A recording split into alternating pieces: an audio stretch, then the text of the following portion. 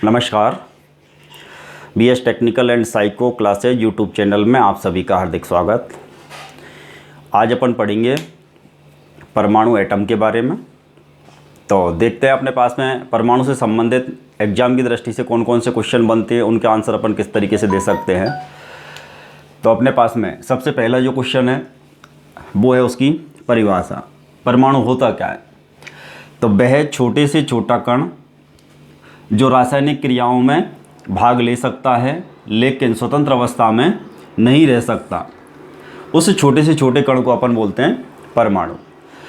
परमाणु से संबंधित अगला जो अपने पास क्वेश्चन आएगा वो है परमाणु का खोजकर्ता कौन था। तो परमाणु की जो खोज करी थी वो करी थी जॉन डाल्टन ने।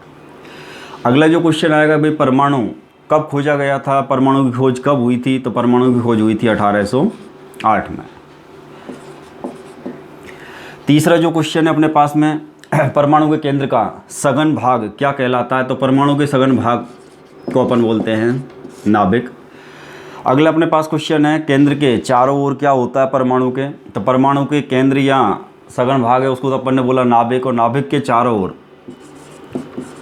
परमाणु पाई जाती हैं, कक्षाएं जिनके अंदर अपने इलेक्ट्रॉन पाए जाते हैं।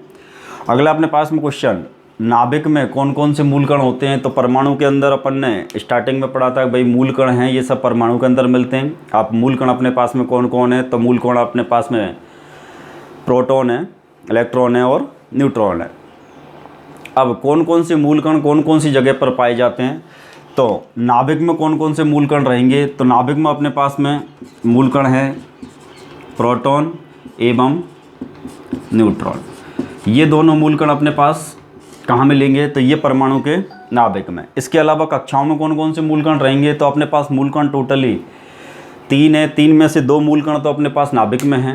नाभिक में मूल कण है अपने पास है प्रोटॉन और न्यूट्रॉन। एक अपने पास मूल कण बचा इलेक्ट्रॉन, तो वो कहाँ मिलेगा अपन को? तो कक्षाओं में कौन सा मूल कण रहेगा? तो कक्षाओं में जो मूल कण है उसको अपन बोलते हैं इलेक्ट्रॉन। या फिर क्वेश्चन उल्टा आ सकता है कि भाई परमाणु में इलेक्ट्रॉन कहाँ पाया जाता है, नाभिक में या कक्षाओं में? तो अपना आंसर बनेगा कक्षाओं में। या फिर परमाणु में प्रोटॉन और न्यूट्रॉन कहाँ पाए जाते हैं? तो अपन आंसर दे सकते हैं नाभिक में। अगला क्वेश्चन अपने पास आएगा कि भाई परमाणु पर कौन सा आवेश होता है, धन आवेश होता है या ऋण आवेश होता है? तो परमाणु यदि अपन सामान्य अवस्था की बात करें तो सामान्य अवस्था में परमाणु उदासीन होता है। अगला अपने पास में क्वेश्चन है कि भाई परमाणु क्रमांक क्या होता है, या फिर परमाणु संख्या क्या होती है, या फिर इसी क्वेश्चन को अपन बोल सकते हैं परमाणु का एटॉमिक नंबर क्या होता है। तो परमाणु की संख्या या परमाणु संख्या या परमाणु क्रमांक या एटॉमिक नंबर शब्द अलग अलग है, अर्थ तीनों का एक ही है। तो अपने पास में किसी भी परमाणु के अंदर प्रोटॉन या इलेक्ट्रॉन, प्रोटॉन या इलेक्ट्रॉन, इन दोनों में से किसी की भी संख्या लें अपन, प्रोटॉन की संख्या या फिर अपन बोल सकते हैं उसको इलेक्ट्रॉन की संख्या। क्यों? किसी भी परमाणु की जब सामान्य अवस्था होती है तो उसके अंदर जितनी संख्या प्रोटॉन की होती है उतनी संख्या इलेक्ट्रॉन की होती है। तो अपने पास परमाणु संख्या या परमाणु क्रमांक या एटॉमिक नंबर के बारे में पूछा जाए भाई परमाणु संख्या क्या होती है, तो प्रोटॉन की संख्या या इलेक्ट्रॉन की संख्या को अपन परमाणु संख्या या परमाणु क्रमांक या एटॉमिक नंबर बोलते हैं। या फिर क्वेश्चन रिवर्स बैक आ सकता है अपने पास में कि किसी परमाणु के अंदर प्रोटॉन की संख्या क्या कहलाती है? तो अपना आंसर लगेगा परमाणु संख्या या परमाणु क्रमांक या एटॉमिक नंबर। या फिर क्वेश्चन दूसरा हो सकता है कि किसी परमाणु के अंदर उपस्थित इलेक्ट्रॉन की संख्या क्या कहलाएगी? तो वो अपना परमाणु संख्या या एटॉमिक नंबर या परमाणु क्रमांक। ऐसे ही अपने पास में बिल्कुल दूसरा क्वेश्चन इसी पैटर्न पे है कि परमाणु भार क्या होता है, या परमाणु की द्रव्यमान संख्या क्या होती है, या एटॉमिक मास क्या होते हैं। तो यहाँ पे अपने पास में किसी परमाणु में उपस्थित प्रोटॉन व न्यूट्रॉन की संख्या का योगफल, किसी परमाणु में उपस्थित प्रोटॉन या न्यूट्रॉन की संख्या का योगफल क्या कहलाता है? तो उसको अपन बोलेंगे परमाणु भार या परमाणु की द्रव्यमान संख्या या एटॉमिक मास। शब्द तीनों एक ही हैं, तीनों का अर्थ, शब्द तीनों अलग अलग है लेकिन अर्थ तीनों का एक ही है। तो अपन से पूछा जा सकता है भाई परमाणु भार में शामिल होंगे तो कौन कौन शामिल होंगे, तो प्रोटॉन और न्यूट्रॉन की संख्या का योगफल। या फिर क्वेश्चन उल्टा आ सकता है भाई प्रोटॉन और न्यूट्रॉन की संख्या का योगफल क्या कहलाएगा, तो प्रोटॉन और न्यूट्रॉन की संख्या का योगफल अपने पास परमाणु भार कहलाएगा, या उसको अपन बोलेंगे परमाणु की द्रव्यमान संख्या या एटॉमिक मास। अगला अपने पास क्वेश्चन आ सकता है कि भाई किसी आवेश युक्त परमाणु को अपन क्या कहेंगे, या आवेश युक्त परमाणु क्या कहलाता है। आवेश के बारे में अपन ने पहले भी चर्चा करी थी, परमाणु पर आवेश। तो परमाणु पर आवेश, सामान्य अवस्था में परमाणु पर कोई आवेश नहीं होता है, सामान्य अवस्था में परमाणु उदासीन होता है। लेकिन परमाणु पर आवेश आ सकता है, परमाणु पर धन का आवेश भी आ सकता है, परमाणु पर ऋण का आवेश भी आ सकता है।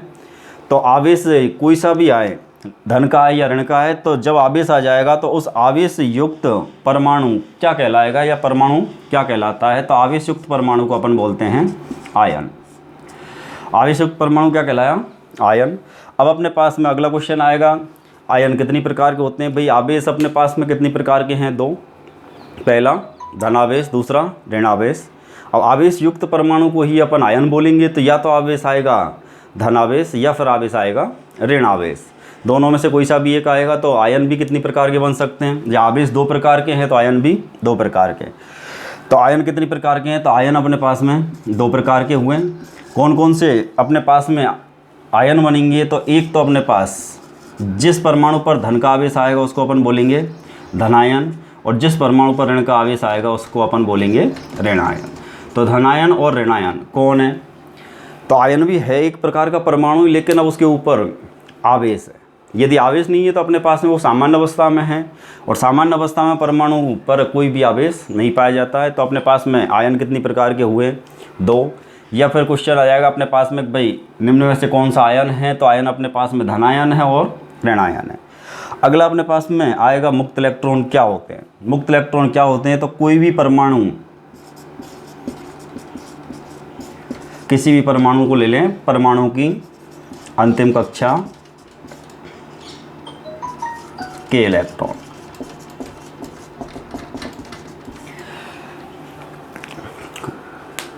तो अपने पास में मुक्त इलेक्ट्रॉन के बारे में अपन को जानकारी लेनी है। तो मुक्त इलेक्ट्रॉन कौन है, या मुक्त इलेक्ट्रॉन क्या होते हैं, या मुक्त इलेक्ट्रॉन क्या कहलाता है। तो किसी भी परमाणु की अंतिम कक्षा, किसी भी परमाणु की अंतिम कक्षा के जितने भी इलेक्ट्रॉन हैं वो सभी इलेक्ट्रॉन क्या कहलाएंगे, मुक्त इलेक्ट्रॉन। तो अपने पास में दोस्तों परमाणु को ही अपन बोलते हैं एटम। तो परमाणु की संरचना के लिए एक छोटा सा डायग्राम है, इसमें अपन देख सकते हैं परमाणु के केंद्र में एक सघन भाग है। परमाणु के केंद्र में सघन भाग को अपन बोलते हैं नाभिक। इस सघन भाग या नाभिक के अंदर कौन कौन से मूल कण पाए जाते हैं, तो एक तो है अपने पास प्रोटॉन और दूसरा अपने पास न्यूट्रॉन। परमाणु के केंद्र के सघन के भाग के चारों ओर जो अपने पास में लाइनें हैं, ये लाइनें अपने को दर्शा रही है परमाणु की कक्षाओं को। और परमाणु की कक्षाओं में कौन सा मूल कण है, तो वही अपन ई से अपन दर्शा रहे हैं इलेक्ट्रॉन।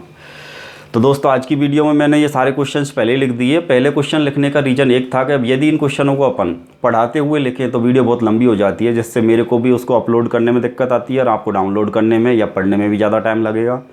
रही क्वेश्चन वाली बात, तो क्वेश्चन अपने पास जो निकल के आएंगे उनको अपन शॉर्ट में पढ़ रहे हैं, ठीक है दोस्तों। और दूसरी कंडीशन अपने पास में, यदि इस क्वेश्चन को अपन साथ साथ में लिखते हुए सारी डिटेल्स को, आगे आने वाले टॉपिक और भी हैं अपने पास में, अभी अपना केवल परिचय चल रहा है, आने वाले टॉपिकों की वीडियो और भी लंबी होंगी, लेकिन जब तक अपने पास में सब्सक्राइबर 1 के 1000 हो जाएंगे उसके बाद अपन लाइव क्लास ले सकते हैं। उसमें अपन कितनी भी लंबी वीडियो अपन चला सकते हैं। तो अभी अपन को दिक्कत है कि वीडियो अपलोड करनी पड़ रही है, तो उसमें भी टाइम लगता है, आपको भी टाइम लगेगा डाउनलोड करने में, देखने में भी ज़्यादा टाइम लगेगा। इसके लिए मैं अभी क्वेश्चनों को पहले ही लिख रहा हूँ, केवल आपको आंसर और क्वेश्चन किस प्रकार से बन सकते हैं, अपन को क्वेश्चनों के बारे में जानकारी और पढ़ना अभी स्टार्टिंग करना है कि अपन ऑनलाइन में किस किस तरीके से पढ़ें।